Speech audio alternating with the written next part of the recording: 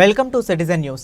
10వ తరగతి పరీక్షల్లో బషీరాబాద్ మండల టాపర్గా నిలిచిన విద్యార్థులను సన్మానించిన మండల విద్యాధికారి రాములు. వికారాబాద్ జిల్లా బషీరాబాద్ మండల విద్యాధికారి రాములు ఆధ్వర్యంలో మండల టాపర్లుగా నిలిచిన విద్యార్థులను ఎంఆర్సీ భవనంలో శనివారం ఘనంగా సన్మానించారు.